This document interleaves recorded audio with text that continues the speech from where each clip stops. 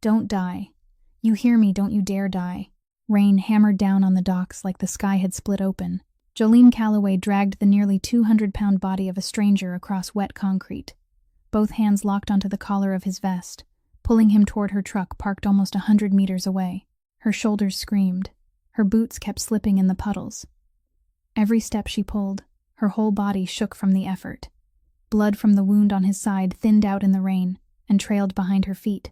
Jo clenched her jaw, threw every ounce of strength into one more step, then one more. Her knees cracked against concrete, sharp pain shot through her, but her hands never let go. She didn't know who he was, didn't know his name, didn't know why he was lying here with a long gash across his ribs and blood soaking through his shirt. She only knew one thing: if she walked away, this man would be dead before sunrise. And Jolene Calloway, the girl the entire city of Redmore called everything from the fat one to that woman who drives trucks, the girl no man ever bothered to look twice at, was risking her life in the middle of a rainstorm for a complete stranger.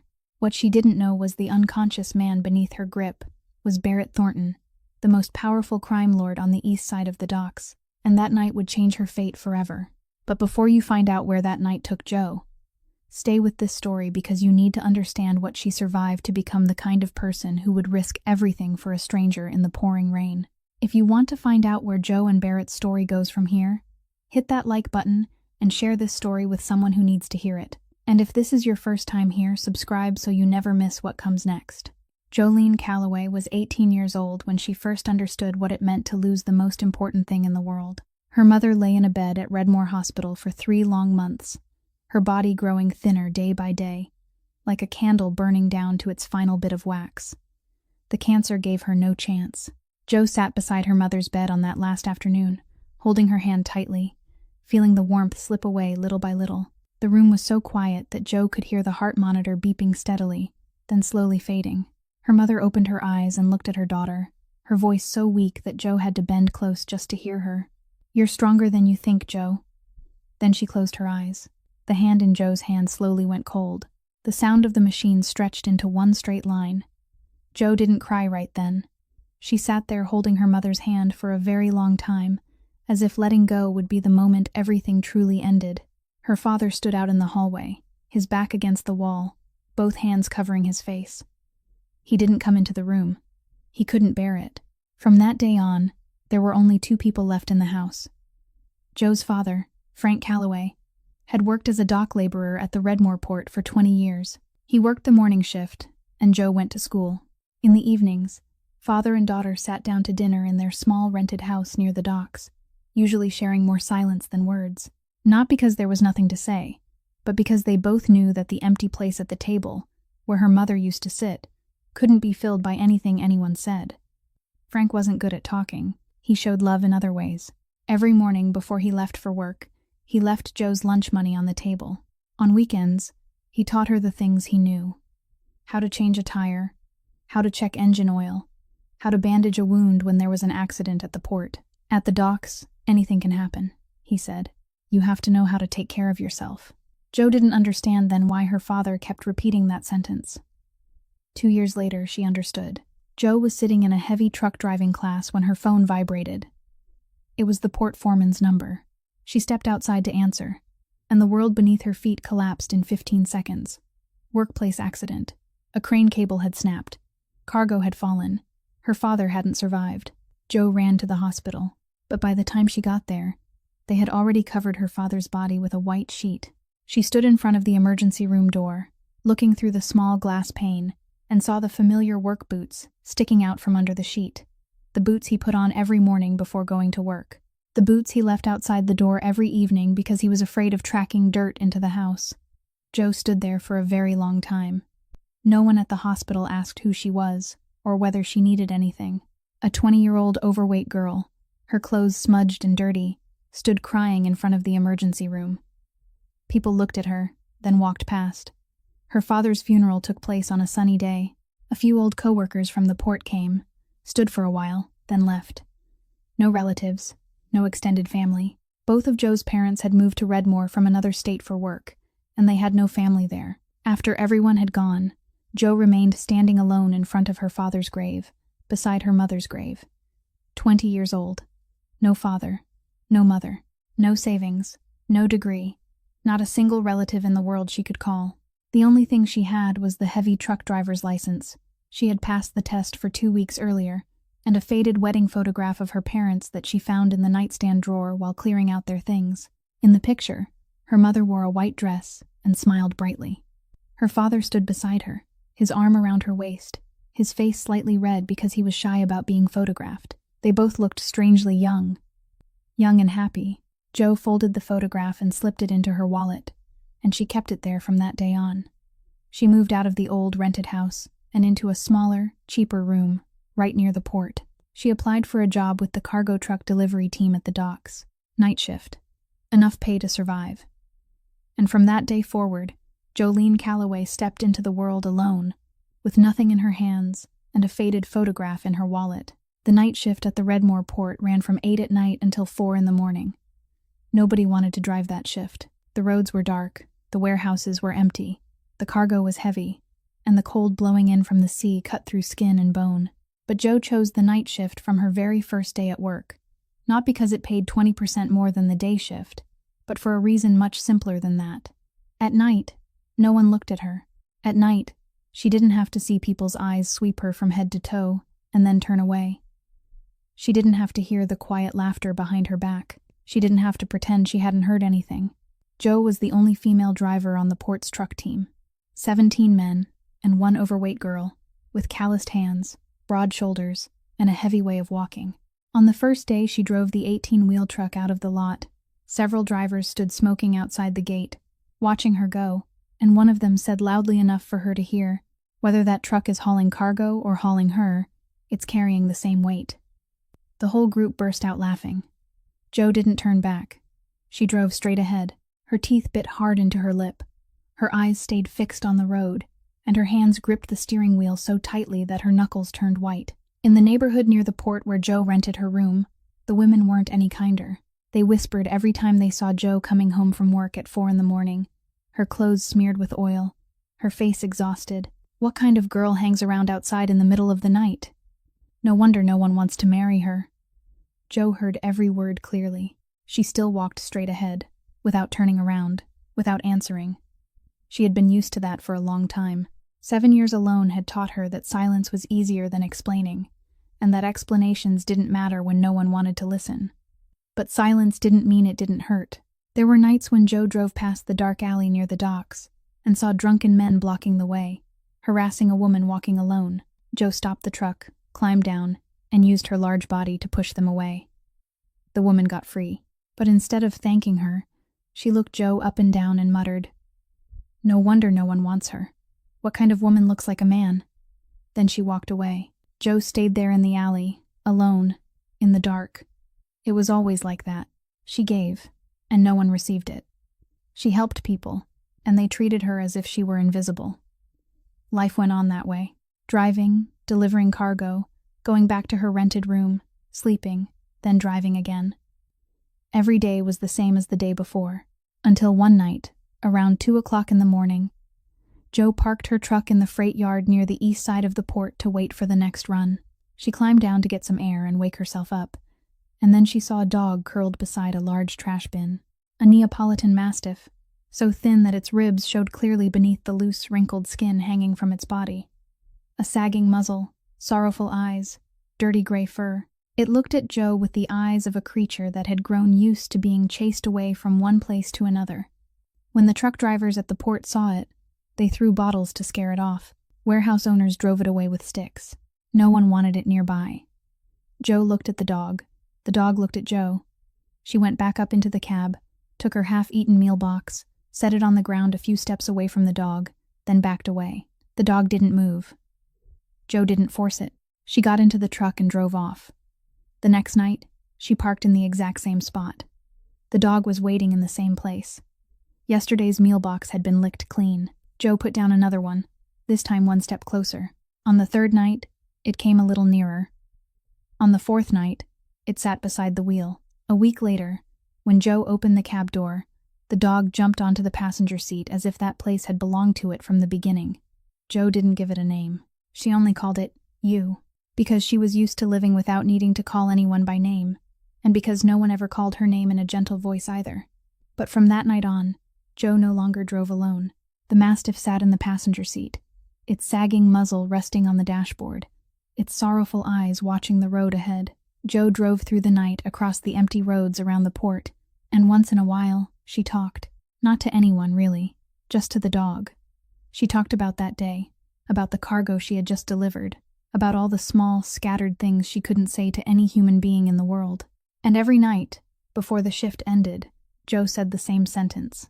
You know, you and I are the same. Everybody gets scared when they look at our faces, but whoever bothers to ask what's going on inside? The dog didn't answer.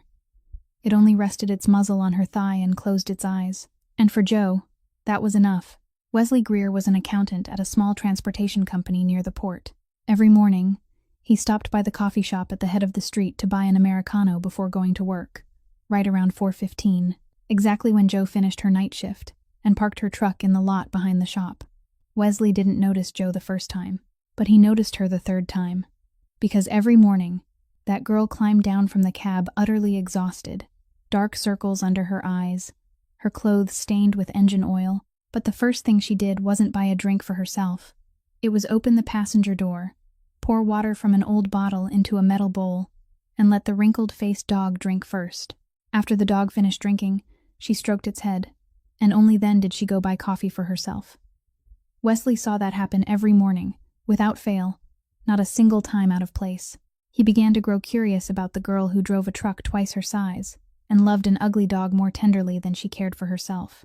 One morning, Wesley stood waiting by the shop door until Joe came in, then started a conversation. "Excuse me, do you drive at the port?" Joe looked at him the way she looked at everyone, cautious, stepping back half a step. "What do you need?" "Nothing. I just wanted to ask." Joe didn't answer. She took her coffee and walked straight back to her truck. Wesley didn't give up. He came back the next morning and asked something else. Then the morning after that, Joe didn't chase him away. But she didn't open herself up either. She was used to kindness always having a purpose, and she didn't want to know what his purpose was. But Wesley kept coming back, asking for nothing, not looking at her with pity or curiosity. He only asked ordinary questions: how many runs she had driven today, what the dog's name was, whether she was tired. Little by little, Joe began to answer. Little by little, she stopped stepping back half a step when she saw him. Little by little, the two of them sat outside the coffee shop and talked for 15 minutes every morning before Wesley went to work and Joe went home to sleep. One day, Wesley said something that made Joe go rigid. "You're stronger than every man I know, but you smile like you're afraid someone might see it." Joe didn't answer. But from that day on, she began to smile more when she was with him. They loved each other in the quietest way possible. No one knew. Wesley didn't tell his coworkers. Joe had no one to tell. They met every morning at the coffee shop, and sometimes Wesley came to Joe's rented room in the afternoon. The two of them sat together eating takeout, talking about small, ordinary things. For the first time in 7 lonely years, Joe felt that someone truly wanted to stay beside her. But 6 months later, Wesley told his family he wanted to marry Joe, and everything fell apart. Wesley's mother, a middle-class woman living in Redmore's clean suburban neighborhood, nearly choked when she heard Joe's name. She had never met Joe, but she didn't need to. Wesley told her what Joe did for a living, where she lived, what she looked like, and that was enough for her to say one single sentence. "You want to marry that fat truck-driving girl from the port? You want this whole family to be too ashamed to hold our heads up, Wesley?" Wesley fell silent. He didn't argue with his mother. He came back and told his friends, hoping someone would support him. No one supported him. His best friend laughed right in his face. "You're marrying her so she can carry things around the house more easily?" Wesley began to retreat, not in one obvious step, but slowly, in the kind of retreat that takes the person being left behind a long time to recognize. Messages that used to come every day became every other day, then every 2 days. Plans were made, then canceled at the last minute. The reason was always reasonable. Busy, tired, something going on with his family. Joe knew. She didn't say it, but she knew. She had been familiar with the feeling of people leaving long before they actually walked out the door. One morning, Joe sat waiting for Wesley at their usual coffee shop.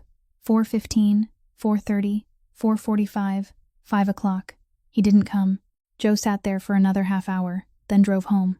The next day, she went looking for Wesley in the parking lot of his company. He was walking out, and when he saw Joe, he stopped, his eyes lowering. Joe asked him directly, her voice calmer than she had expected. "You didn't come. Why?"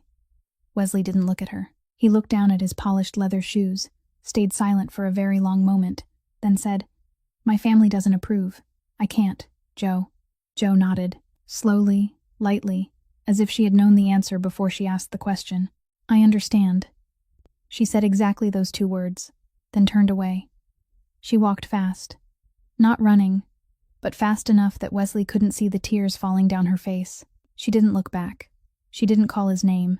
She didn't ask him to think again, because Joe knew asking wouldn't change anything.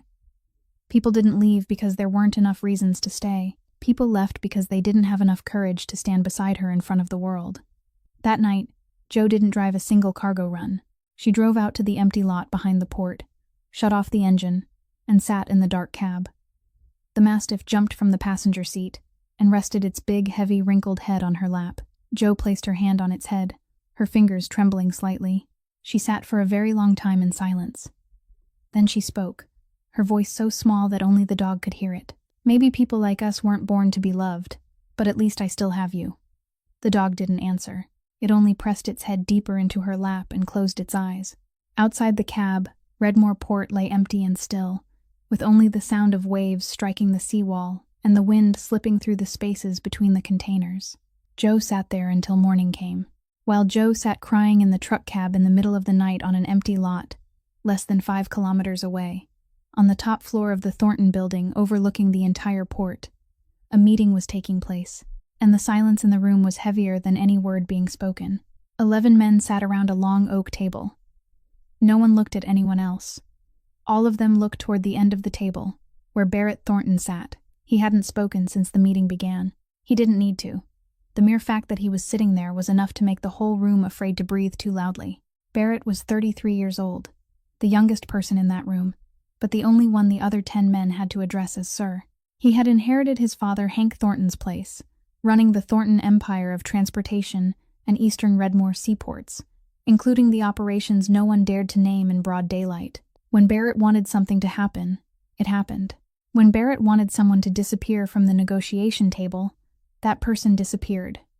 No noise, no explanation. Today, in the middle of the room, a middle-aged man was kneeling on the marble floor. His name was Morris, a business partner of the Thornton family, and he owed a large sum of money that he hadn't paid in 6 months.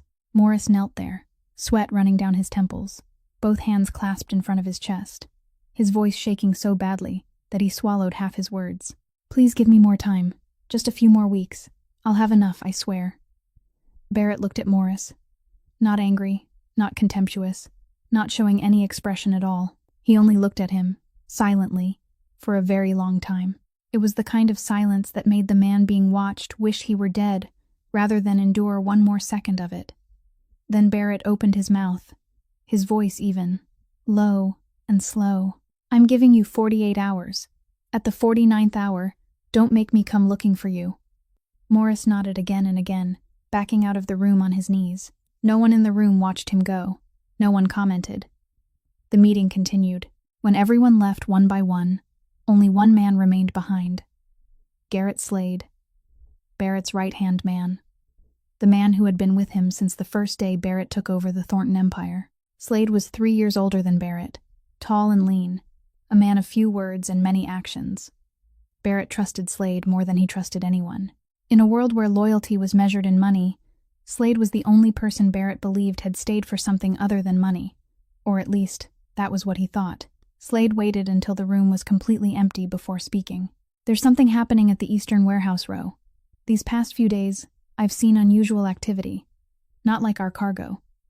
I sent men to check, but no one dares make the call. This is something only you can handle." Barrett looked at Slade. "Unusual how?" "Not clear. It could be loose cargo someone hid in one of our warehouses. It could be something worse. I think you should go see it yourself. Tonight." Barrett nodded. He didn't suspect anything. Slade had never given him a reason to suspect him. Never. Until that night. At 11 o'clock at night, Barrett arrived at the Eastern Warehouse Row in his private car, accompanied by 2 close bodyguards. The old warehouse district stood close to the port, nothing but gray concrete blocks lined up in the dark, the weak streetlights barely enough to shine over the wet road. Barrett stepped out of the car and walked toward warehouse number 7, following Slade's directions. The 2 bodyguards followed behind him. The warehouse door was already open. Inside, it was pitch black. Barrett took 3 steps in, then stopped. The instinct of a man who had lived in the underworld told him something wasn't right. Too quiet. There was no strange cargo, no sign of activity, only darkness and the smell of damp mold. He turned back. The 2 bodyguards had stepped back outside the warehouse door. They stood there, looking at him, but they didn't come in. Their eyes avoided Barrett's gaze. And Barrett understood. He understood 1 second later than he needed to. Dark shapes rushed in from both sides. 4 men. Fast, strong, precise. Barrett fought back and took 1 man down, but 4 against 1 in the dark left him no chance. An attack came from behind. A long wound sliced across his side. Barrett fell onto the concrete floor, among collapsed stacks of old cargo crates. Blood soaked through his shirt. His vision began to blur. He heard footsteps approaching. Then Slade's voice. Garrett Slade stepped out of the darkness and stood watching Barrett lying on the ground. His face showed no remorse, no anger, only emptiness, like a man who had finished calculating everything long ago. "I'm sorry, Bear, but there's only room for 1 man in that position." Barrett wanted to say something, but his body no longer obeyed him. He watched Slade turn his back, walk out, and order the men to leave. The warehouse door closed. Engines started, then faded into the distance. Silence. Only Barrett remained, lying alone on the cold concrete floor in the night, in a warehouse district where no one set foot at this hour, no one except the night shift delivery trucks. And that night, 1 truck was driving toward this place. Around 2 o'clock in the morning, Jo drove her truck past the Eastern Warehouse Row, the way she did every night. She had taken this route hundreds of times, knew every pothole, every turn, every warehouse door that was usually closed and every one that was usually open. Tonight, something was different. The headlights swept across warehouse number 7, and Jo saw the iron door had been forced open, twisted, hanging crooked on its hinges. She hadn't even had time to think when the mastiff in the passenger seat suddenly sprang to its feet, the fur along its neck standing up, a low growl scraping in its throat. 7 years of night driving had taught Jo one thing. When the dog reacted, something was wrong. She stopped the truck, turned off the headlights, and sat still for a few seconds, listening. There was no sound except the sea wind and the light patter of rain. She pulled the flashlight from the cab compartment, opened the door, and climbed down. The dog jumped after her, staying close to her legs. Jo stepped into warehouse number 7. The flashlight swept through the darkness. Cargo crates were scattered everywhere, several of them smashed open, goods strewn across the floor. Then the beam of light landed on a pair of black leather shoes. Jo stopped. She lifted the light higher. A man lay face down in the middle of the wreckage, motionless. His gray suit jacket was soaked, and a long wound across his right side had torn through the fabric of his shirt. His whole body was covered in injuries. Jo knelt down and turned the man over. His face was pale blue, his lips dry and cracked, his breathing so faint that she had to place her hand in front of his nose to feel it. Alive, but not for much longer. Jo didn't think. She acted. 7 years of driving trucks, the first aid her father had taught her before he died, the workplace safety training required of heavy-duty drivers. All of it moved through her hands like reflex. She ran back to the truck, grabbed a coil of cargo strap, used a knife to cut the strap into long strips, then returned and wrapped them tightly around the wound in the man's side, pressing hard in the proper way to control the bleeding. He groaned softly when Jo tightened the bandage, but he didn't wake. Next came the hardest part. This man weighed nearly 100 kilograms. Jo weighed almost as much, but she was a truck driver used to lifting cargo boxes, pulling chains, and tightening bolts that secured containers every night. She slid her arms under his armpits, gathered every bit of strength in her body, and dragged him out of the wreckage, through the warehouse door, across the wet concrete yard, step by step, until she reached the back of the truck. She lowered the tailgate, pulled him up onto the cargo bed, and rested his head on a folded tarp. Her hands were shaking from the effort, Her shoulders burned with pain, but he was on the truck. Joe climbed into the cab, started the engine, turned the truck around, and headed toward Redmore Hospital. She drove as fast as she could on the wet road, her eyes fixed on the rearview mirror to check on the man behind her. About 5 minutes later, she heard a sound from the cargo bed. A groan. Then a hand gripped the side of the truck, trembling. Joe looked through the mirror. The man had opened his eyes, though only by a narrow slit. He tried to lift his head, his mouth moving. Joe rolled down the cab window, turned back, and shouted, "I'm taking you to the hospital. Stay still." His voice was so weak the wind almost carried it away, but Joe heard every word clearly. "No. Hospital. Not safe."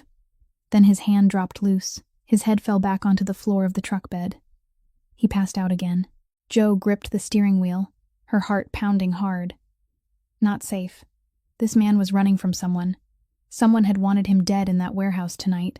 If she took him to the hospital, where they'd have to ask his name, his address, call the police, then whoever wanted him killed would know he was still alive. Joe turned the wheel. She didn't go to the hospital. She turned the truck around and drove toward her rented room. 15 minutes later, Joe parked in the narrow alley behind the boarding house. She pulled the man down from the truck bed, carried him through the back door, and laid him on the only bed in her room. She cut open his suit jacket, replaced the pressure bandage, and cleaned the dirt around the wound with warm water and a clean towel. She checked his breathing, weak but steady. She checked his pulse, slow but still there. She did everything her father had once taught her, step by step, missing nothing. When she had done everything she could, Joe sat down on the floor, her back against the wall, her eyes fixed on the rise and fall of the man's chest on the bed. The Mastiff lay at the foot of the bed, its head resting on its front paws, eyes open, guarding the stranger. The room was dark. Only the streetlight slipped through the gap in the curtains and shone across the ceiling. Joe didn't sleep. She sat there counting his breaths. 1, 2, 3, 4. If his breathing stopped, she would call emergency services no matter what. But his breathing didn't stop. It was weak, it was slow, but it didn't stop. Joe sat there all night. No food, no water, no closing her eyes. A girl the whole city called useless was using everything she had to keep alive, a man whose name she didn't even know. Outside, the rain slowly began to ease. Morning was almost coming, and Joe didn't know that within a few hours, the most dangerous people in Redmore would come looking for her door. Dawn had just broken. Joe was kneeling beside the bed, changing the bandage on the strange man, when she heard vehicles stopping outside the door. Not one vehicle. Several. The heavy rumble of engines, the repeated slam of car doors, the sound of quick, decisive footsteps on the road. The Mastiff, which had been lying at the foot of the bed, suddenly sprang up, ears raised, muzzle pointed toward the door, a low growl scraping in its throat. Joe hadn't even managed to stand before the boarding house door was kicked open. 3 men rushed in, large, cold-faced, their hands tucked inside their jackets. Behind them, 4 more men blocked every exit to the back alley. Joe shot to her feet and backed against the wall, instinctively shielding the bed where the man was lying. One of the men looked at the bed, saw Barrett, and his face changed instantly. He turned and spoke quickly into the radio clipped to his lapel. "Found him. He's alive. There's a woman here." Everything after that happened very fast. They carried Barrett out on a makeshift stretcher. A black SUV was parked close to the door, its windows dark-tinted, its license plate clean. Joe was trapped between 2 men, one on each side, and pushed out of the room. She tried to struggle. "I'm the one who saved him. I found him at the warehouse. Let me explain." No one listened. They shoved her into another vehicle and locked the door. The Mastiff lunged after her, barking viciously, baring its teeth, trying to jump onto the vehicle. One man kicked it away. It rolled across the road, then scrambled back to its feet and kept chasing the cars until the convoy turned onto the main road, and it couldn't keep up anymore. 20 minutes later, the convoy stopped in front of the gates of a large mansion on a high hill overlooking the port, the Thornton Mansion. Joe was led through the iron gate, across the wide courtyard, and inside. She had never set foot in a place like this, but she had no time to look at anything, because in front of her, in the middle of the vast living room, an old man was waiting. Hank Thornton, 62 years old, silver-haired, his back slightly bent, but his eyes still sharp as knives. He watched his son being carried on a stretcher straight upstairs. Barrett's body was covered in bandages, his face pale blue, unconscious. Then Hank turned to look at Joe. He looked at her for a very long time. An overweight girl, her clothes smeared with engine oil and grime, her hands still stained with half-used bandage gauze, her hair tangled, her face drained from staying awake all night. She didn't look like a savior. She looked more like a suspect. Hank spoke, his voice deep and slow, each word like a nail being driven in. "Who sent you?" Joe shook her head. "No one sent me. I was driving past the warehouse area, found him badly wounded, brought him back to my place, and bandaged him." Hank raised his hand. Joe stopped in the middle of the sentence. "My son was attacked, and you, a stranger, happened to be there, happened to bring him back to your room, happened to know how to dress a wound." He repeated the word "happened" 3 times, each one heavier than the last. "I don't believe in coincidence. I'm a night shift truck driver at the port," Joe said, trying to keep her voice steady even though her whole body was trembling. "I drive that route every night. I know first aid because my job requires it. I only wanted to save him." Hank didn't answer. He looked at Joe for a few more seconds, as if weighing whether she was worth trusting or worth killing, then turned to the subordinate beside him. "Lock her up. When my son wakes, I'll know the truth." Joe struggled as 2 men grabbed both her arms and dragged her away. "I didn't do anything wrong. I saved him." No one turned back. No one looked at her. She was dragged down a long hallway, down the stairs, through a heavy iron door, then shoved into a basement room. The door closed, the lock turned, then silence. Outside the mansion, the Mastiff had followed Joe's scent all the way from the boarding house to this place. It stood in front of the iron gate, panting hard, staring inside. The guards chased it away. It backed up a few steps, then came back. They chased it away again. It came back again. In the end, the guards ignored it, and the dog lay down right in front of the gate, its muzzle resting on its front paws, its eyes fixed on the long courtyard leading to the mansion door. It didn't go. It didn't leave. In the basement, Joe sat on the cold concrete floor, dark, silent, no windows, no light, only a narrow crack beneath the iron door spilling in a little dull, cloudy glow. No one brought food down. No one brought water. On the first day, Joe knocked on the door. She knocked until her hands burned raw. No one answered. She cried out, "I didn't do anything wrong. Let me see someone. Let me explain." Silence swallowed every sound. On the second day, Joe stopped knocking. She curled up in the corner, hugging her knees, her eyes closed. Hunger began clawing inside her stomach. Thirst cracked her lips. She thought of the dog. She didn't know where it was. She didn't know whether anyone had fed it. On the third day, Joe began to draw. She used her finger to move across the dust-covered concrete floor, each line slow and careful. The first thing she drew was the dog, its sagging muzzle, its sorrowful eyes, its drooping ears. The second was the truck, the square cab, the round wheels, the small rearview mirror she looked into every night. The third was 2 faces, one male and one female, rough and crooked, but she knew who they were, her father and her mother. She drew them over and over, erased them, then drew them again, as if the moment her hand stopped moving, she would forget who she was. Because in the dark, with no sound, no people, and nothing to hold on to, a person could forget so easily. Forget their own name, forget how they had once lived, forget that they still existed. Joe drew so she could remember. Remember that she was still Jolene Calloway, a night shift truck driver at Redmore Port, the woman with 1 ugly, loyal dog and 2 faded photographs of her parents in an old wallet. She drew until her finger went numb, and her mind began sinking into a half-waking, half-dreaming sleep. On the concrete floor around her, the dust was full of drawings, and above her, a few floors away, Barrett Thornton still hadn't opened his eyes. Barrett Thornton opened his eyes on the afternoon of the 4th day. The light slipping through the curtains of the mansion's master bedroom struck his eyes like a knife. He lay still, without moving, letting his body slowly reclaim each sense. Pain. His right side hurt violently every time he breathed in. His left hand was attached to an IV. The smell of antiseptic. The steady beeping of the heart monitor beside his ear. And memory returned, piece by piece, like shards of broken glass, coming together into a picture. The warehouse. The darkness. The 2 bodyguards stepping back toward the door. 4 dark shapes rushing in. The attack from behind.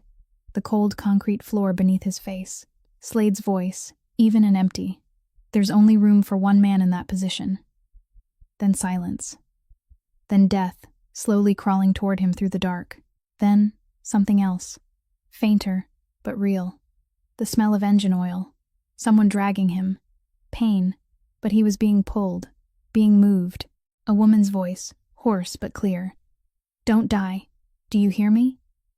Then a small room, a narrow bed, someone sitting on the floor, her back against the wall, eyes open, watching over him all night. He remembered forcing his eyes open once in the middle of the night and seeing a large figure sitting motionless in the dark, and a dog lying at the foot of the bed. Then the darkness swallowed him again.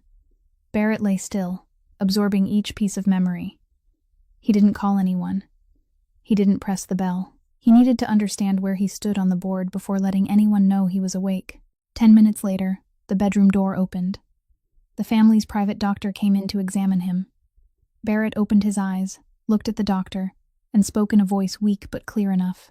"How many days?" "4 days, sir. The wound was deep, but it didn't hit any organs. You lost a lot of blood. It's fortunate you received first aid in time before you were brought here."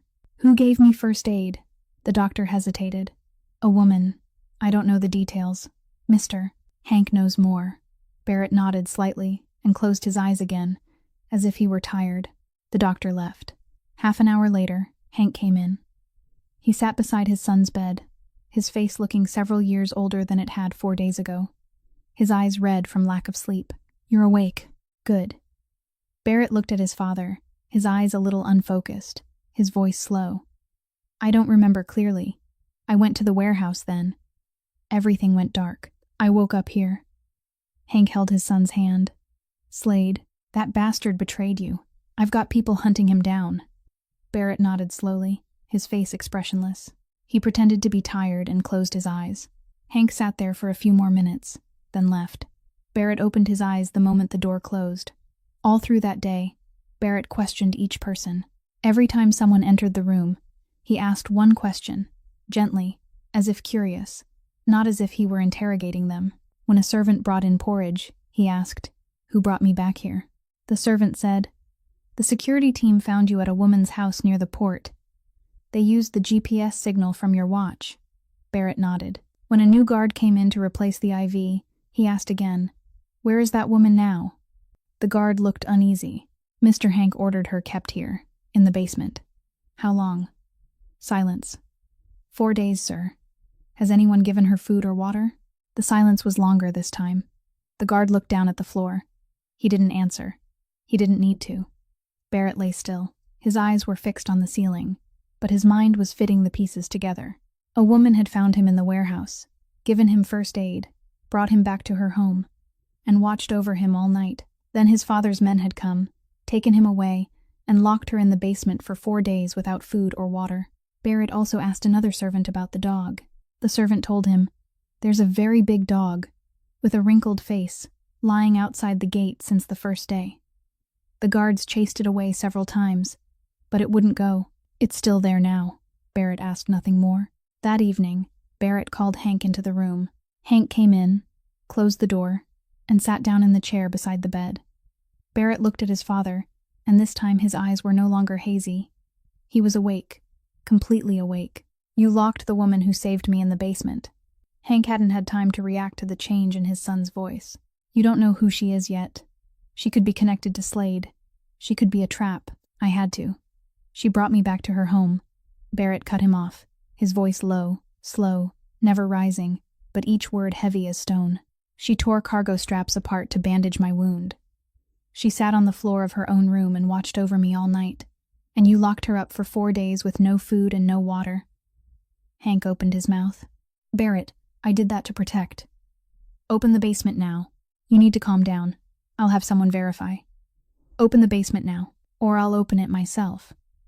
Barrett didn't speak the last sentence even 1 decibel louder than the one before it, but Hank understood. He knew that voice. It was the voice Barrett had used with Morris when the man knelt on the floor begging for more time to pay his debt. It was the voice Barrett used when he had made his decision, and nothing in the world could change it. Hank stood, called a guard, and ordered the basement opened. Barrett got out of bed. the wound in his side flaring so sharply that he had to grip the bed frame for several seconds. But he didn't stop. He followed the guard down the stairs, through the hallway, to the iron door. The key turned, the door opened. The smell of dampness rushed out. The darkness inside was thick and heavy. Barrett stepped in. His eyes took a few seconds to adjust to the dark, and then he saw her. Jo was curled in the farthest corner of the room, her knees pressed tight against her chest, her arms hanging at her sides. She was visibly thinner than she had been 4 days ago, her eyes sunken deep, her lips dry and cracked, her clothes still the same filthy set from that night, and on the floor around her, concrete dust had been drawn into dozens of pictures. Barrett looked down, a dog with a sagging muzzle, a truck, 2 faces, 1 male and 1 female, rough and crooked, but drawn over and over again, each time a little clearer, as if the person drawing them was afraid of forgetting their faces. Barrett knelt beside Jo. The wound in his side tore with pain when his knee hit the floor, but he didn't care. Jo opened her eyes. Slowly, heavily, as if it took all the strength she had left just to lift her eyelids. She looked at him, not afraid, not angry, not blaming him. She looked at him for a few seconds, then spoke, her voice dry and rough from 4 days without water. "You're alive? That's good." Barrett went rigid. She was close to death.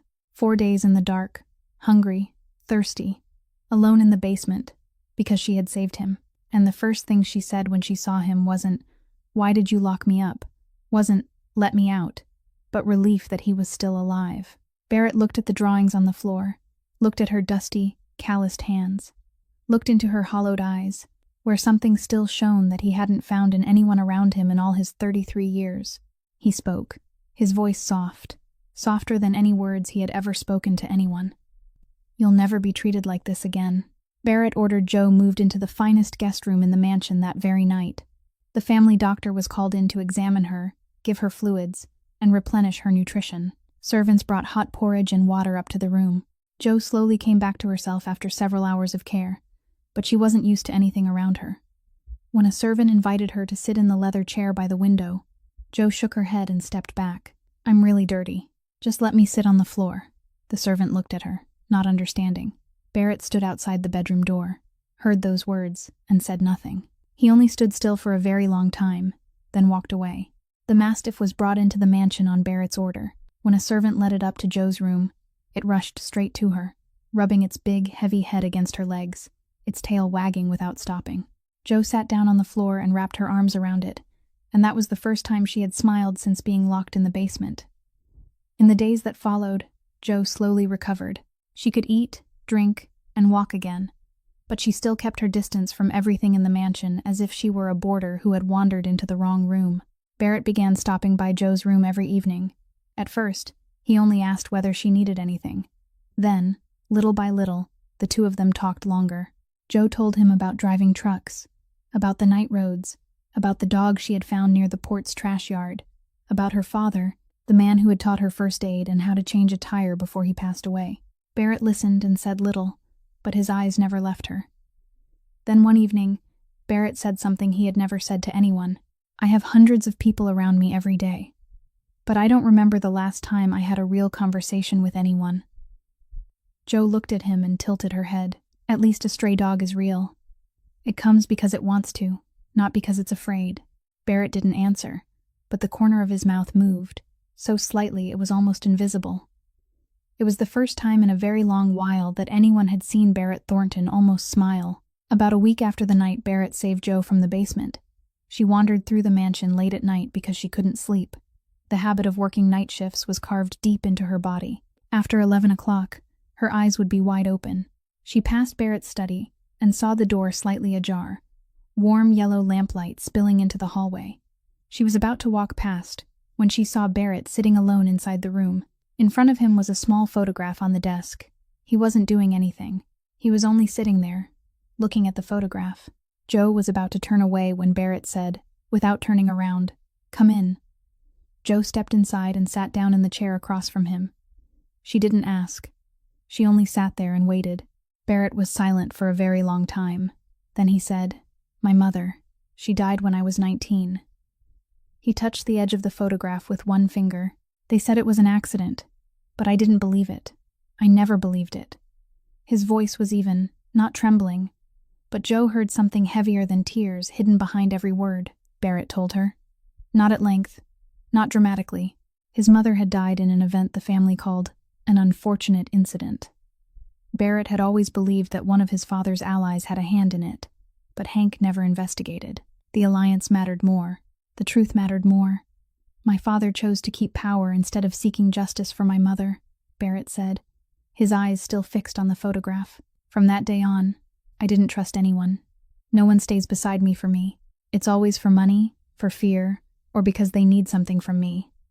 Joe sat listening, without interrupting, without saying, I understand, without saying, I'm sorry, or any of the comfort people usually offered when they didn't know what else to say. She sat quietly for a long time. Then she spoke, her voice gentle. I lost my mother too, but at least I know no one deliberately stole her from me. You've endured more than I have. Barrett looked up. For 14 years, whenever he mentioned his mother, people either avoided it or said empty things like, she's in a better place now, or quickly changed the subject. No one had ever admitted that his pain was heavy. No one had ever placed his pain before their own. Joe had just done that.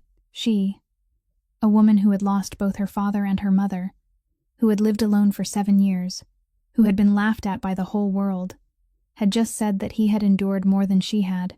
Barrett didn't answer. He only looked at Joe, and in the pale yellow light of the desk lamp, for the first time, something in his eyes softened. 2 weeks later, Joe had fully recovered. One morning, she found Barrett in the downstairs living room and spoke directly. I want to go home. I'm grateful that you took care of me. But I don't belong here. I'm a truck driver. I live in a rented room near the port. Your world isn't my place. Barrett looked at her. Why do you think that?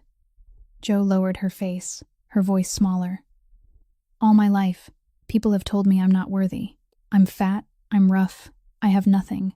Maybe they're right. I don't fit in a place like this.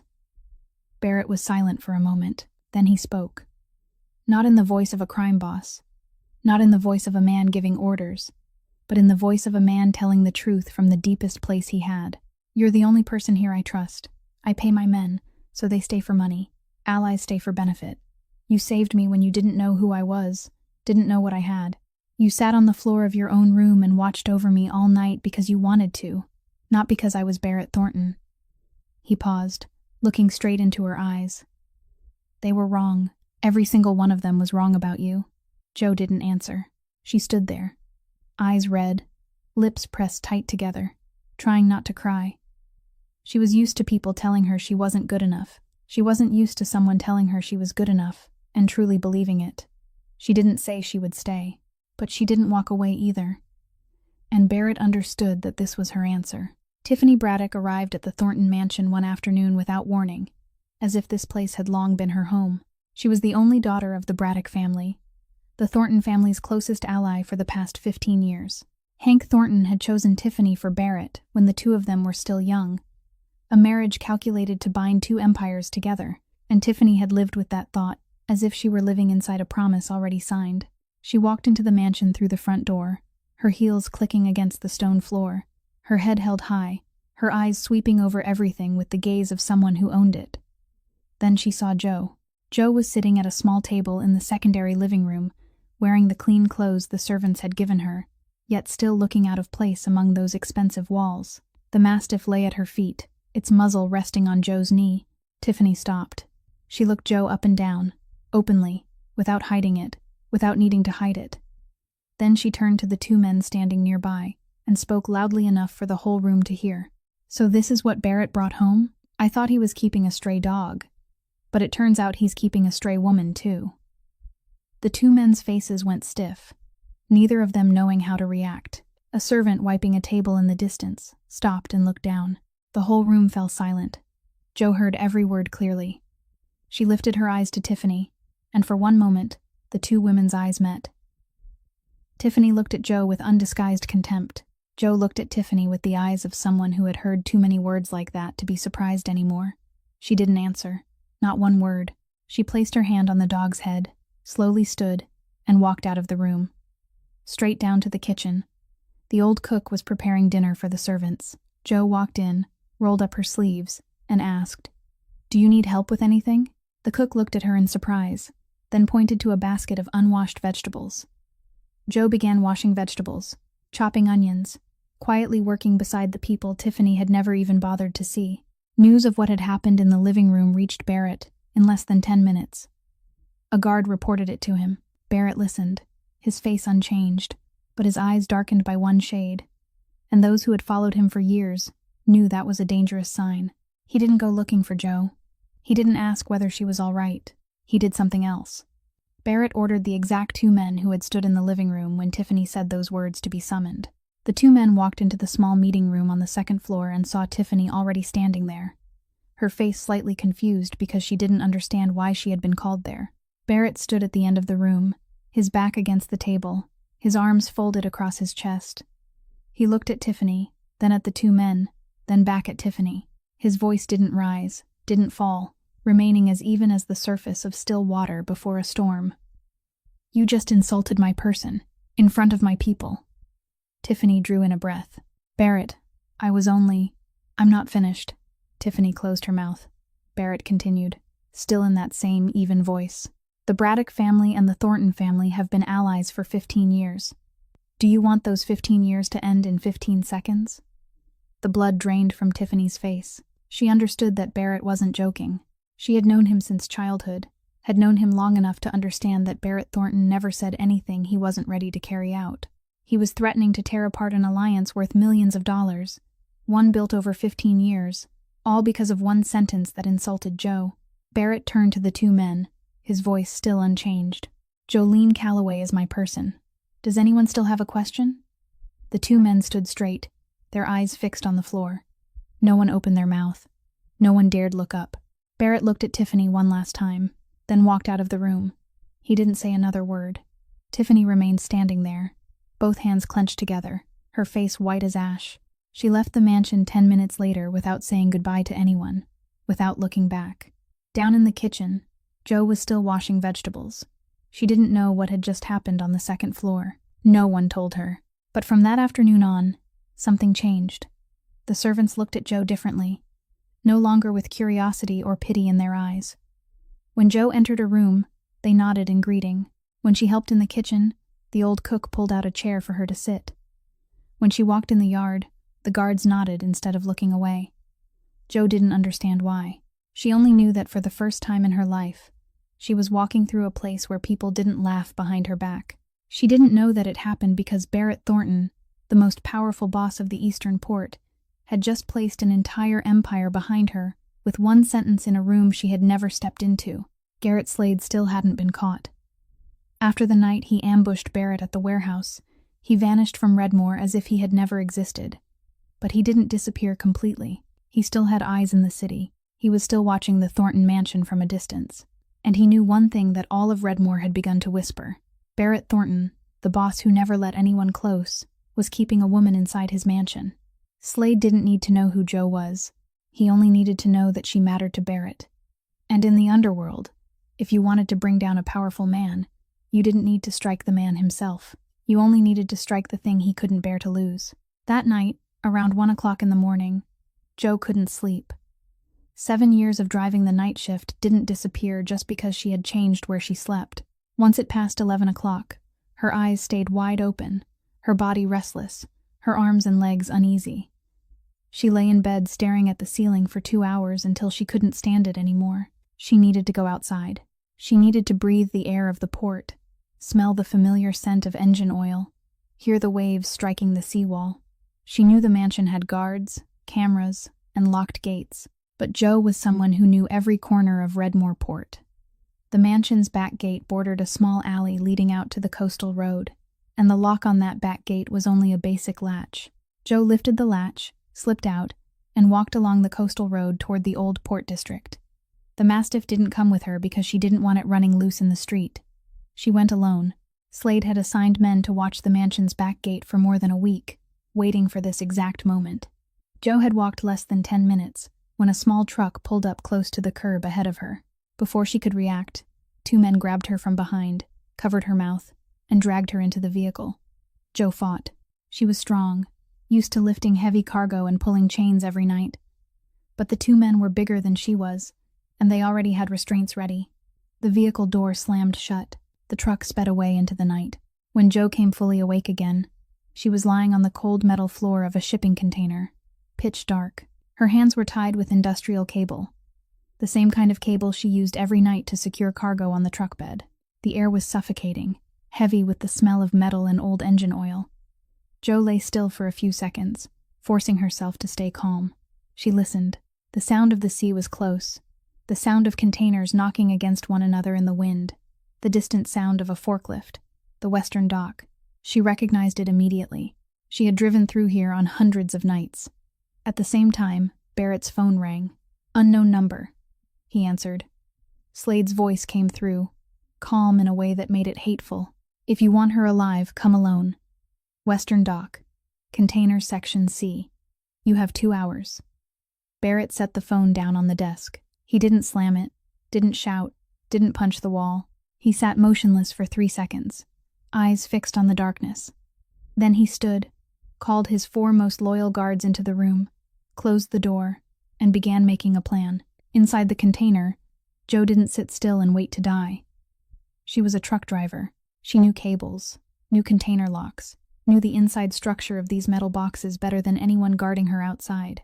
She rolled to her side, used her legs to push herself toward the container wall, and searched with her back until she touched a piece of iron jutting out in the corner, an old shelf support bar. The iron edge wasn't sharp, but it was rough enough.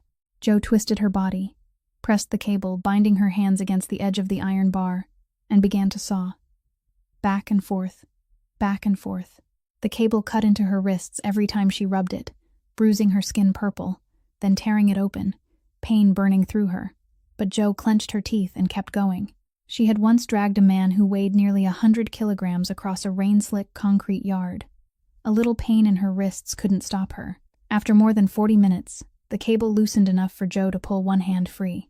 She untied the other hand, sat up, and rubbed her swollen, bruised wrists.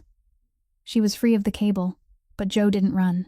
She could hear footsteps outside the container, at least 2 men guarding it. Running out would mean handing herself over. She needed to do something else. Jo looked around in the dark, her eyes already adjusting to the weak light slipping in through the ventilation gaps on the container roof. The ventilation system. 4 small square openings on the ceiling, each covered by a thin metal panel fixed with rivets. Jo stood, reached up to the ceiling, and began prying loose one of the ventilation covers. Her hands hurt, but the fingers of a truck driver, used to turning bolts and tightening nuts, didn't need tools. She bent the cover until it popped free, then used it to strike the side of the container. Steady. Once every 3 seconds, the sound of metal against metal rang across the container yard, clear and rhythmic, not like wind or natural impact. It was a signal. Whoever came looking for her would hear it. Barrett arrived at the western dock exactly on time, alone, walking through the gate into Section C as Slade had demanded. But his 4 guards had already been in ambush positions for 30 minutes, spread around the container yard, hidden in the dark. Barrett walked between 2 tall rows of containers, his steps even, neither fast nor slow. He heard the steady metallic tapping echoing from somewhere inside Section C, once every 3 seconds. He knew it was Jo. He knew she wasn't sitting still. Slade stepped out of the darkness at the end of the row, both hands tucked in his pockets. 3 men standing behind him. He looked at Barrett and smiled. "Right on time. I always liked that about you." Barrett didn't smile. He looked at Slade with the same gaze that had made 11 men lower their heads in the meeting room the week before. "Open the container." "Not yet," Slade said. "You know what I want." "You want to die," Barrett replied, his voice even. "You just don't know it yet." Slade didn't have time to answer. Barrett's 4 guards stepped out from 4 directions at once, weapons aimed directly at Slade's group. Slade's 3 men looked around, realized there was no way out, and lowered their hands. Slade stood in the middle, his face going pale, his smile vanishing. He was restrained in less than 10 seconds, both hands pinned behind his back, forced down onto his knees on the concrete. Barrett didn't look at Slade for another half second. He walked straight to the container that was still giving off that steady metallic signal, pulled the latch, and opened the heavy iron door. The dock lights spilled inside. Jo sat in the corner of the container, her back against the wall, her bruised hands hanging at her sides, the ventilation cover still in her right hand. Her eyes looked straight at the door, alert, without a single tear. Barrett stood at the container entrance, looking at her. The restraints had been removed, coiled on the floor beside the iron bar marked with scraped metal. She had untied herself. She had made her own signal. She hadn't sat there waiting for anyone to save her. The first thing Joe said when she saw Barrett wasn't, "Save me," wasn't, "You came," wasn't anything he had expected. She asked, "Where's the dog? Is it okay?" Barrett froze. He looked at her. This woman who had just been kidnapped, locked inside a metal box, and had worn through her restraints with her bare hands. And the first thing she thought of wasn't herself. He stepped into the container, knelt beside Joe, gently took the metal cover from her hand, looked at her bruised, swollen wrists, and said softly, "It's still at home. It's waiting for you." Joe breathed out. Her shoulders sagged, and all the strength she had been holding for hours left her in a single breath. Barrett placed a hand on her shoulder, then held her. Gently, not tightly, not forcefully, just held her. For the first time in Barrett's life, he held someone not because of calculation, not because of duty, but because he needed to know she was still there. Joe leaned against his chest, closed her eyes, and whispered, "I knew you'd come, but I wasn't planning to just sit and wait." Barrett held her a little tighter. He said nothing. Outside the container, Slade knelt on the concrete, his head bowed low, knowing that from this moment on, his life had ended in a way he hadn't seen coming. The morning after the kidnapping, Barrett sat in the mansion's meeting room with the 4 guards who had taken part in rescuing Joe the night before. Slade was being held in a separate place, several kilometers away from the mansion, watched by Barrett's own men. The heads inside the Thornton network kept calling, asking how Barrett wanted to handle it, and what they meant was to handle it fast, handle it cleanly, in the way the underworld always dealt with traitors. Barrett didn't choose that way. He sat at the end of the table, looked at each face in the room, and said, "Close every door. From this moment on, no one in the Thornton network does business with Garrett Slade. No one takes his cargo. No one lends him money. No one gives him shelter. No one answers his calls. Anyone who takes him in shares the same outcome." The order spread within 1 hour. Barrett didn't need to call every allied family. He only needed to call 3 people, and those 3 people called 10 others, and those 10 called everyone who remained. That was Barrett Thornton's real power. It didn't lie in how many men he could knock down, but in how many doors he could close with a single sentence. Within 48 hours, Garrett Slade became a ghost. No family would take him in. No partner answered his calls. No hotel rented him a room. No driver gave him a ride. His bank accounts were frozen because of Thornton connections planted inside the financial system. Slade went from one city to another, knocking on door after door, and every door slammed shut in his face. One subordinate asked Barrett, "Why not just have someone finish him and be done with it?" Barrett was signing papers at his desk and didn't look up. "Let him run. Running when no one opens a door for you, that's real death." The subordinate fell silent, then walked out. From that day on, no one in the mansion mentioned Slade's name again. He became a man who didn't exist, alive as if already dead, walking down roads where not a single hand reached out to him. Barrett didn't need to stain his own hands. He only needed the world to know that if you betrayed Barrett Thornton, there wasn't a place on the map where you'd be safe. The Thornton mansion grew quiet again after Slade, but Joe didn't. The night she had been locked inside the container still followed her every time she closed her eyes. The smell of metal, the thick darkness, the cable cutting into her wrists. She didn't tell anyone, but she couldn't sleep. Her old habit returned more strongly than ever. Every night after 11 o'clock, she tossed and turned until she gave up, put on a coat, and walked around the mansion until morning. The Mastiff always went with her, silently staying close to her legs, its sagging muzzle sweeping near the ground, its ears raised as it listened for every sound. One night, around 2 o'clock in the morning, Joe was walking down the back hallway of the mansion that led out to the garden. The Mastiff suddenly stopped short. The fur along its neck rose. Its muzzle pointed toward the back corner of the yard. It let out a low growl, the kind Joe had heard only twice in her life, the last time on the night she found Barrett in the warehouse. Joe stopped, pulled the dog close, and listened. A small voice, very small, drifted from the dark corner behind the bushes near the wall. A subordinate was standing outside in the yard, his back turned to the mansion, one hand pressing a phone tightly to his ear, speaking quickly in a near whisper. Joe couldn't hear the words clearly, but as she walked past a few meters away from him, her nose caught something. Industrial machine oil. Not ordinary car engine oil, not the smell of grease in a garage. This was the smell of shipping container oil, the kind used to lubricate container door hinges and sliding rails. Thick and distinct. A smell only someone who worked every day at the docks would recognize. And Joe had smelled that scent very close, very clearly, in a situation she would never forget. The night she was locked up. When Sladesman opened the container door and threw her inside, she had smelled it on the hands of the man who grabbed her, on the shirt of the man who tied her, in the air when the door slammed shut. 7 years of driving night shifts had trained Joe's nose to tell the smell of truck diesel apart from ship engine oil, container lubricant, and passenger car motor oil. Her nose wasn't wrong. The subordinate secretly making a call in the backyard, the man Barrett's entire security team trusted, had container oil on him at 2 o'clock in the morning. Joe said nothing that night. She returned to her room, lay down on the bed, and closed her eyes. But her mind kept turning. The next morning, while Barrett sat alone drinking coffee in his study, Joe knocked on the door and stepped in. She sat across from him, her voice low. "Last night, I was walking in the backyard. The dog smelled something near the corner of the wall. There was someone making a phone call at 2 o'clock in the morning." Barrett set his coffee cup down and looked at her.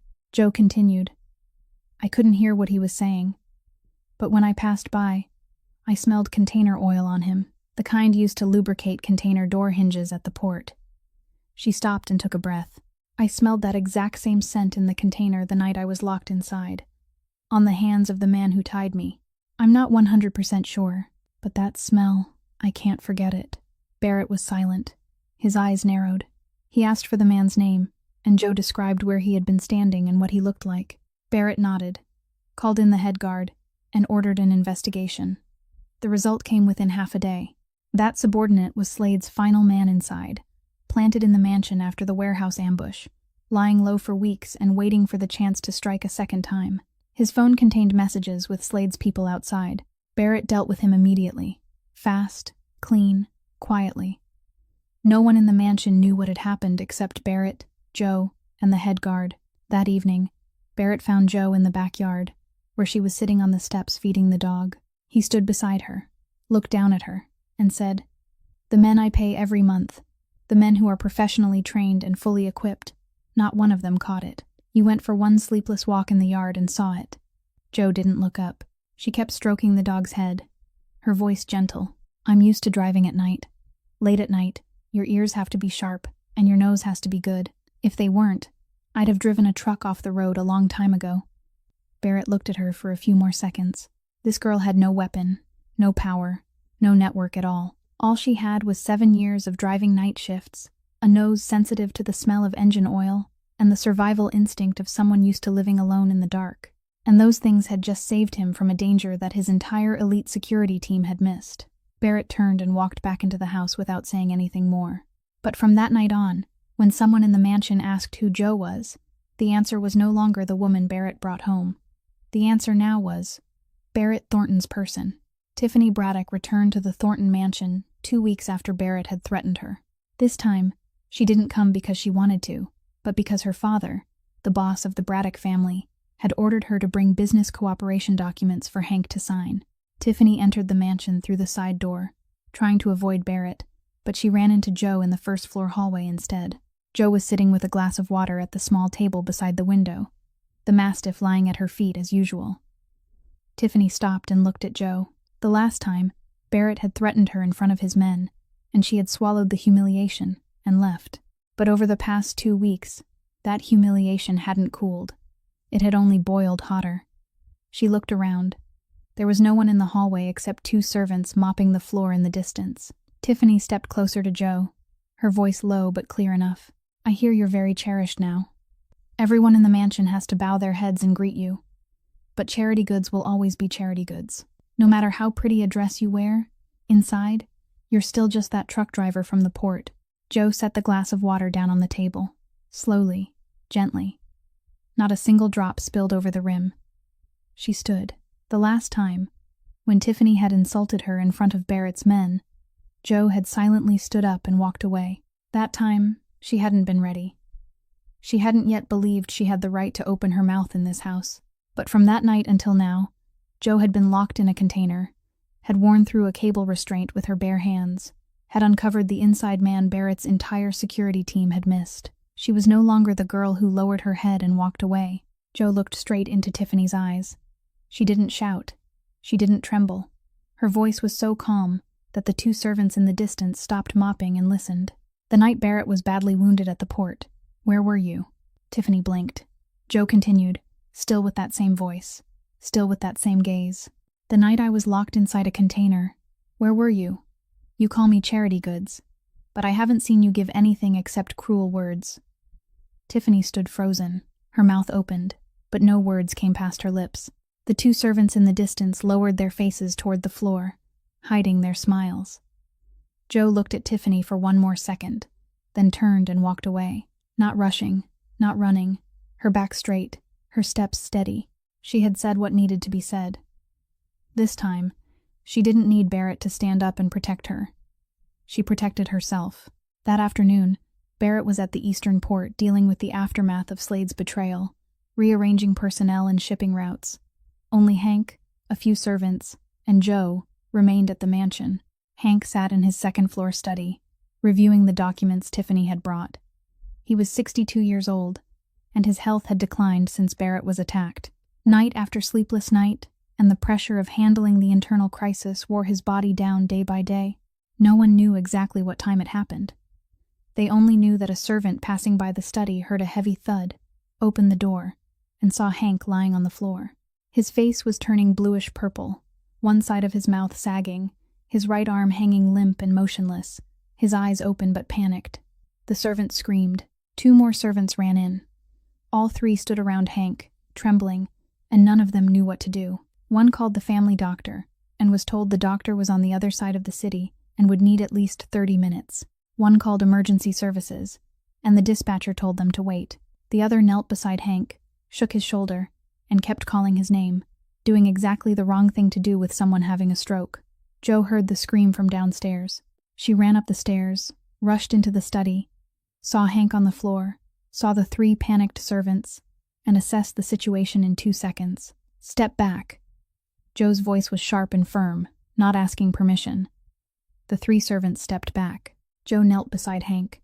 She gently turned him into a recovery position on his side, his head tilted slightly back to keep the airway open, exactly the position she had learned in the mandatory first aid course for heavy-duty drivers. She loosened his tie, unbuttoned the collar of his shirt, and checked his breathing. He was still breathing, but shallowly and unevenly. His eyes were open, staring up at the ceiling, full of fear. Hank Thornton, the man the entire Redmore underworld called boss, the man who had built an empire from nothing, was lying on the floor of his own home, unable to move half his body, and terrified of dying. His lips moved, trying to say something, but only broken sounds came out. Joe held his hand. Her hand was calloused, large, rough, the hand of a truck driver who had spent 7 years pulling chains and turning bolts. That hand held Hank's hand, firm, warm, and it didn't let go. "Look at me," Joe said, her voice clear and slow, enough for Hank to focus on. "You're not allowed to close your eyes. The doctor's coming. Look at me and breathe with me." Hank looked at her. His eyes, once sharp as knives, were now trembling and wet. He looked at the girl he had once ordered locked in the basement for 4 days without food or water. The girl he had judged as a suspect without needing to hear an explanation. And that girl was kneeling on the floor, holding his hand, keeping him awake, keeping him alive. Until the doctor arrived. Joe held Hank's hand for the entire 30 minutes.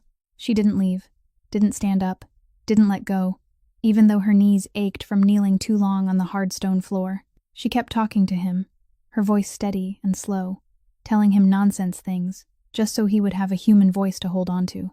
When the doctor arrived, Hank was still conscious, still breathing, still looking at Joe. The doctor said that if they had been 10 minutes later, or if no one had kept him in the proper position, everything could have turned out differently. Hank stayed in his private room at the mansion for a week after that. Barrett returned as soon as he heard the news and stayed by his father's side. But Hank didn't call Barrett in for the first conversation. He called Joe. Joe entered the room and stood beside his bed. Hank looked at her, his voice weak from the crisis he had just survived, but every word clear. "I locked you in the basement. 4 days. No food, no water. and yet you still held my hand when I was about to die." Joe looked at him, not angry, not triumphant, not bringing up the past again. She only said gently, "Because I know what it feels like to lie there alone with no one holding your hand." Hank closed his eyes. A tear ran down his temple, then soaked into the pillow. He said nothing more. Joe said nothing more either. She turned and walked out, gently closing the door behind her. 2 weeks after Hank survived the stroke, Barrett called a meeting of every leader in the Thornton network. It wasn't a regular meeting. Barrett called each man by name and required them to be present, with no absences accepted. 13 men sat around the long oak table in the meeting room on the top floor of the Thornton building. The same room where, a few months earlier, Morris had knelt on the floor begging for more time to pay his debt. Hank sat in the chairman's seat at the head of the table, his health still weak, one hand still not moving fully, but he insisted on being there. Barrett stood at the opposite end of the table from his father, both hands resting on the tabletop, looking at each face in the room one by one. Then he spoke, his voice even and clear, with no winding introduction. "I'm going to marry Jolene Calloway." The meeting room stayed silent for exactly 3 seconds. Then it erupted, not with shouting, but with murmurs, chairs scraping, sharp breaths being drawn in, pens being set down hard on the table. An older leader seated near Hank spoke first, trying to keep his voice calm but unable to hide his displeasure. "Barrett, are you serious? Who is she? No family background, no origin worth naming, no beauty, nothing at all. You're the head of the Thornton family. Your marriage has to carry strategic meaning." Another man followed. "The Braddock family has had an arrangement in place for a long time. Tiffany Braddock is the reasonable choice. That marriage keeps the alliance intact, keeps things stable. What does that truck-driving girl bring us?" A third man added, "How do you think the allied families will react when they hear that the head of Thornton is marrying some cargo girl from the docks?" Barrett stood still and let them speak. He let every objection spread across the table like cards turned face up in a gamble. He didn't interrupt, didn't frown, didn't show anything at all. When the last man finished, the room settled, and every eye turned toward Barrett, waiting for him to refute them with reason or persuade them with benefit. Barrett did neither. He took off his suit jacket and laid it over the back of the chair. Then he pulled his shirt free from his waistband, gripped the right side of the fabric, and lifted it. A long scar ran across his right side, from his 5th rib down near his hip, pale pink new skin surrounding it, not fully healed yet, still raised beneath the meeting room lights. 13 men looked at that scar.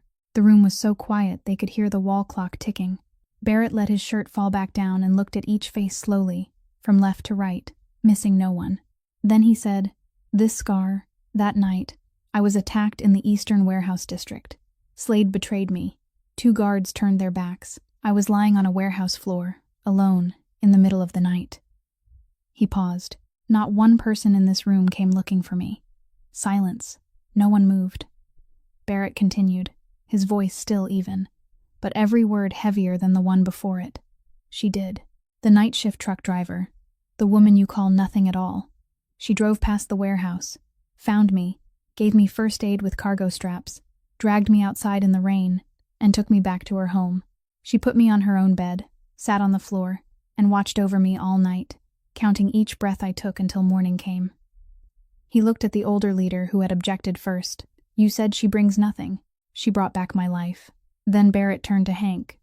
His father had sat silent from the beginning of the meeting, his eyes lowered to the table, his weak right hand resting on his thigh. Barrett said, his voice unchanged, though something heavier hid behind it. "You locked her in the basement for 4 days. No food, no water. She nearly died because she saved your son." He paused for one beat. "And yet when you fell ill, when you collapsed on the floor of your study and no one knew what to do, when the servants stood trembling around you, she was the one who ran in. She put you in the right position. She loosened your tie. She held your hand for 30 minutes until the doctor arrived." Barrett looked straight into Hank's eyes. "She held the hand of the man who had locked her away, and she didn't ask a single question about the past." The meeting room went dead still.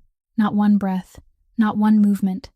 The 13 most powerful men in Redmore sat there, and not one of them could open his mouth, because there was no argument that could refute the truth standing in front of them. Hank looked down at his right hand, the weak hand, almost unable to move, the hand Joe had held tightly for 30 minutes on the floor of his study 2 weeks earlier. when he thought he was about to die. He remembered Joe's hand, rough, calloused, large, gripping firmly enough that he could feel each of her fingers pressing into his skin, and he had clung to that hand as if clinging to life itself. He remembered her voice. "Look at me. You're not allowed to close your eyes." And he remembered what she had said after he recovered. "Because I know what it feels like to lie there alone with no one holding your hand." Hank placed his left hand on the tabletop and slowly pushed himself to his feet. Slowly, with difficulty, but he stood. The whole room looked at him. Hank looked at Barrett, then swept his gaze across the 12 faces around the table, and said, his voice deep and slowed by poor health, but every word clear, "Jolene Calloway is worth more than many people sitting in this room." The meeting room seemed to tremble in silence. That wasn't the statement of a father accepting his future daughter-in-law. That was the statement of Hank Thornton, the founding boss of the Thornton Empire, a man whose every word in this room carried the weight of law. And he had just declared that a fat, poor truck driver with no family name was worth more than the bosses seated around the table. No one objected. No one dared. Barrett looked at his father, gave a slight nod, then turned to the leaders and spoke the final sentence of the meeting. "If kindness like hers isn't enough to enter this family, then this family doesn't deserve her, not the other way around." He took his suit jacket from the back of the chair, put it on, buttoned it, and walked out of the room. He didn't wait for a vote. He didn't wait for agreement, because it wasn't a question. It was an announcement. Behind him, 13 men remained seated in the meeting room, silent, looking at one another, and not one of them said another word. The wedding took place on a late autumn day, when the afternoon sunlight laid a warm golden layer over the Thornton mansion. The garden behind the mansion was decorated with white flowers and small lights arranged along the aisle. White chairs were lined up across the lawn, every row filled. Leaders, allies, partners, all the most powerful faces in Redmore were present, including the men who, only a few weeks earlier, had sat in the meeting room and opposed this marriage. They came not because they had changed their minds, but because no one dared be absent from Barrett Thornton's wedding. On the second floor of the mansion, in the room where, only a few months earlier, she had refused to sit in the leather chair because she was afraid of getting it dirty, Joe stood alone in front of the mirror. A white wedding dress, simple, with no gemstones, no elaborate lace. For the first time in the 27 years of her life, Jolene Calloway wore a dress. She looked at herself in the mirror and almost didn't recognize the woman looking back. Then she looked down at her hands.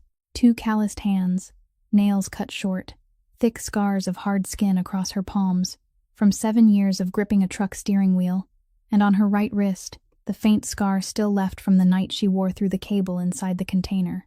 These hands had pulled chains, tightened bolts, lifted cargo boxes, given first aid to 2 Thornton men, and worn through restraints with an iron bar in the dark. These hands had never been held by anyone for more than a few seconds. Not until Barrett held them in the container that night. Joe opened the old wallet she had carried with her for 7 years. Brown leather, worn at the corners, the stitching along the edge already coming loose. Inside, there was only one thing. Her parents' wedding photograph. The picture had faded, its corner slightly curled, but it was still clear. Her mother wore a white dress and smiled brightly, her hair pinned up. Her father stood beside her, one arm around her mother's waist, his face a little red because he was shy about being photographed, young and happy. Both of them were no longer in this world. Joe placed her finger on the photograph, touching her mother's face, then her father's face. She didn't say anything. She didn't whisper, didn't call their names, didn't make any promises. She only stood there, her hand resting on the picture, and cried. Tears fell onto the photograph, then ran over her fingers, then dropped onto the white dress. She cried without a sound, her shoulders trembling slightly, her mouth pressed tight, the way she had cried every time in her life, alone, with no one hearing her. Then she wiped her eyes with the back of her hand, folded the photograph carefully, slipped it back into her wallet, and tucked the wallet into the small inner pocket of her wedding dress, taking her parents with her. There was a soft knock on the door. A servant told her it was time. Joe drew a long breath, lifted her head, and stepped out of the room. She walked down the second-floor hallway, descended the grand staircase, and went out through the back door leading to the garden. And when she stepped into the afternoon sunlight, hundreds of people turned to look. Leaders, allies, servants, guards, all of them, They watched the girl no one had known by name only a few months earlier. The night shift truck driver from the poor neighborhood near the port, walking among them in a white dress. And beside her, not a bridesmaid, not a relative, but the ugly, wrinkled-faced Neapolitan Mastiff, a white bow tied around its neck, walking steadily beside her feet, as if it had practiced this aisle all its life. A few people among the guests let out quiet laughs. A few others smiled. The old cook stood behind the rows of chairs, dabbing her eyes with a cloth. Barrett waited at the end of the aisle beneath the arch of white flowers. He watched Joe walk toward him, watched the dog beside her, watched her calloused hand clutch the small bouquet, and his eyes didn't leave her for even half a second. When Joe stood before Barrett, the Mastiff sat down beside her feet, its sagging muzzle lifted as it looked at the two of them, as if it understood something important was happening. Barrett took Joe's hand. His hand was large, wrapping fully around her rough one. He said nothing beyond the words required for the ceremony. But the way he held her hand, tight, firm, without letting go, said more than any speech ever could. Hank sat in the first row, his right hand still weak on his lap, his eyes fixed on his son and the girl standing beneath the flower arch. He didn't say anything. He only nodded once, lightly, when Barrett put the ring on Joe's finger. Outside the mansion gate, separated from the wedding by a high wall and 2 iron gates, Wesley Greer stood on the sidewalk across the street, looking in. He hadn't been invited. He had no reason to be here. But he came. He stood there, his hands tucked in his pants pockets, looking through the bars of the iron gate at Joe, in her white dress, walking among the most powerful people in the city, the ugly dog beside her, and Barrett Thornton holding her hand at the end of the aisle, the girl he had once loved, the girl he hadn't dared to keep. Wesley stood watching for a few more seconds, then turned and walked away. No one at the wedding realized he had come. No one realized he had left. After the wedding, Joe didn't turn into someone else. She still woke early, still made her own coffee, still rolled up her sleeves and helped the old cook whenever she had free time. But now she had resources she had never dared dream of before, and she used those resources for exactly one thing: helping people who were like the person she used to be. Joe persuaded Barrett to open a support fund for the homeless in the Redmore Port District, the place she used to drive through every night and see people curled beneath warehouse awnings. The fund didn't only hand out meals or warm blankets.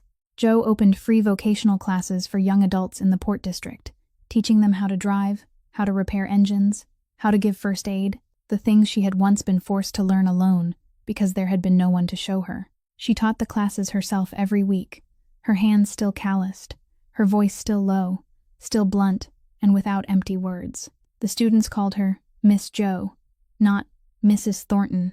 She liked that better. Barrett stood outside, watching his wife among a group of young adults struggling to open a car hood, their hands smeared with oil, laughing and talking freely. He said nothing. He only watched. And in the eyes of the most powerful boss of the Eastern Port, there was something softer than anyone had ever seen in him before. One weekend afternoon, after the vocational class ended and all the students had gone home, Joe sat on the mansion porch, looking out toward the port in the distance. The late afternoon sun covered the sea in a layer of orange gold. The sea breeze blew gently, carrying the smell of salt and the familiar scent of engine oil that she had breathed in through 7 years of driving night shifts. The Neapolitan Mastiff lay stretched out at her feet. It was no longer thin and bony like the day it had curled beside the trash bin at the dock.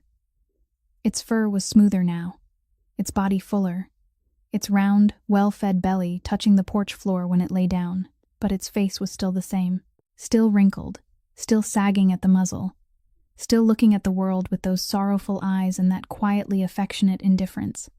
Ugly, by the way the whole world judged things, but loyal, in a way no one could deny. Joe stroked its big, heavy head, her calloused fingers moving over the folds of wrinkled skin between its ears.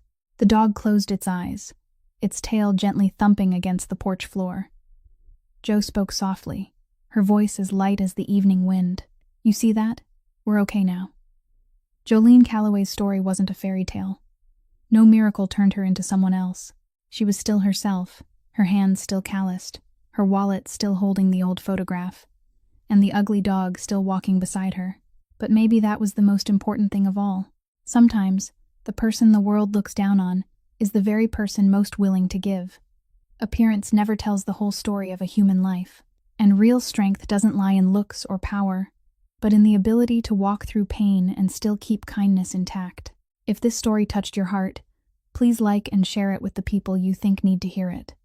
If this is your first time visiting our channel, please subscribe so you don't miss the next stories every day. How did this story make you feel? Please leave a comment below and share what's in the deepest part of your heart.